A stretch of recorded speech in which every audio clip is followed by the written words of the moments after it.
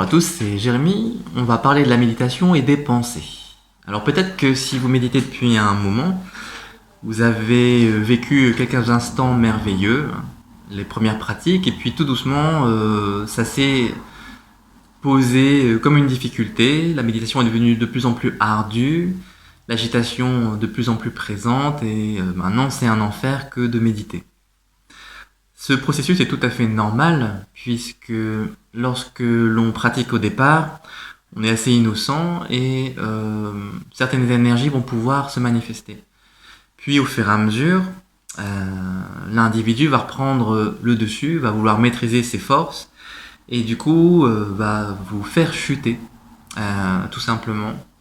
Et également l'apparition de certaines réalités de soi, qui sont des souffrances, vont rendre également la méditation un petit peu difficile. La question donc, c'est de savoir si les pensées sont un obstacle à la méditation. Est-ce qu'il faut arrêter le cours des pensées ? Je pense que non, ce n'est pas du tout quelque chose qui est un objectif, et d'ailleurs la méditation n'a pas d'objectif en soi, mais simplement on est en méditation, sans but, mais ça va se faire progressivement pour vous. Du coup, beaucoup disent, à chaque fois qu'il y a une pensée, il faut la chasser. Mais ce n'est pas du tout un obstacle, hein.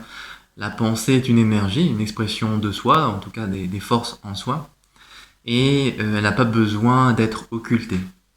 Au contraire, je pense qu'il faut l'accueillir, lui faire sa place, et lorsque on l'aura acceptée telle qu'elle est, hein, comme une vibration, eh bien, elle aura fait son temps, elle pourra retourner à sa place.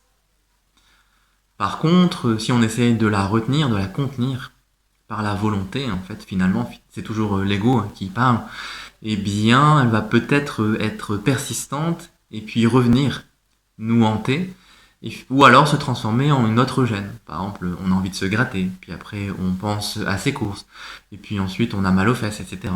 Et toujours cette énergie va venir nous perturber. Un petit peu, hein, si on essaye d'attacher un singe, de le maintenir, eh bien il va se débattre. Eh bien ce singe, c'est notre ego, notre mental qui s'agite en nous. Il suffit de le laisser s'épuiser. Et lorsqu'il en aura marre, lorsqu'il aura dépensé toutes ses forces, eh bien nous pourrons méditer à notre aise.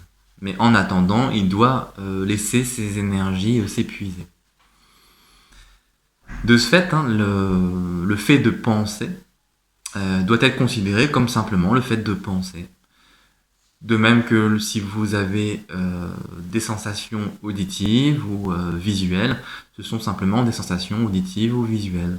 Chaque chose étant à sa place, acceptée telle qu'elle est, vous n'aurez plus de problèmes, plus autant de problèmes en tout cas en méditation.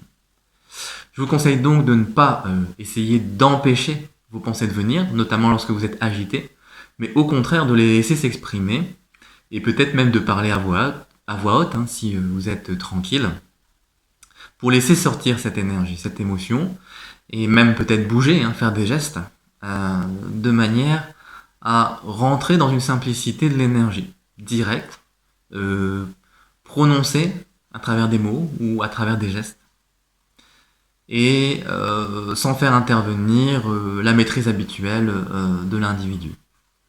C'est assez difficile au départ, hein, de laisser être les choses, de se poser en étant simplement posé, sans rien d'autre.